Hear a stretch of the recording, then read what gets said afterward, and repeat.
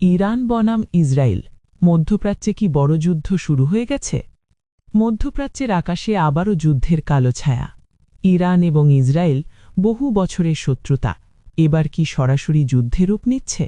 বর্তমান পরিস্থিতি কি তৃতীয় বিশ্বযুদ্ধের ইঙ্গিত?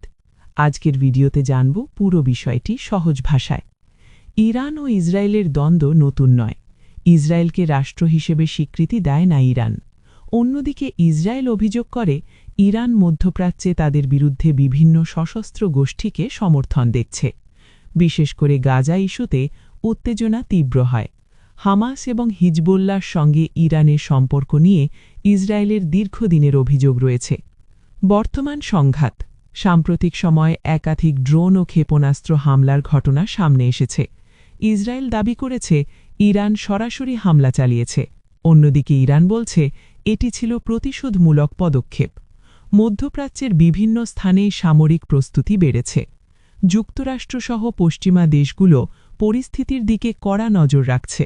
কারণ এই সংঘাত শুধু দুই দেশের মধ্যে সীমাবদ্ধ থাকলে এক কথা, কিন্তু যদি এতে আরও দেশ জড়িয়ে পড়ে তাহলে পুরো অঞ্চল অস্থির হয়ে উঠতে পারে। বিশ্ব রাজনীতি যুক্তরাষ্ট্র ঐতিহাসিকভাবে ইসরায়েলের ঘনিষ্ঠ মিত্র। অন্যদিকে ইরান চায় মধ্যপ্রাচ্যে নিজেদের প্রভাব বিস্তার করতে। বিশ্লেষকরা বলছেন এটি শুধু সামরিক সংঘাত নয়, এটি শক্তির লড়াই, প্রভাব বিস্তারের লড়াই এবং আদর্শগত দ্বন্দ্ব। প্রশ্ন একটাই, এই উত্তেজনা কি পূর্ণাঙ্গ যুদ্ধে রূপ নেবে নাকি কূটনৈতিক আলোচনার মাধ্যমে সমাধান হবে? বিশ্ব এখন তাকিয়ে আছে ইরান ও ইসরায়েলের পরবর্তী পদক্ষেপের দিকে। আপনার কি মনে হয় কমেন্টে জানিয়ে দিন। ভিডিওটি ভালো লাগলে লাইক দিন, শেয়ার করুন আর সাবস্ক্রাইব করতে ভুলবেন না।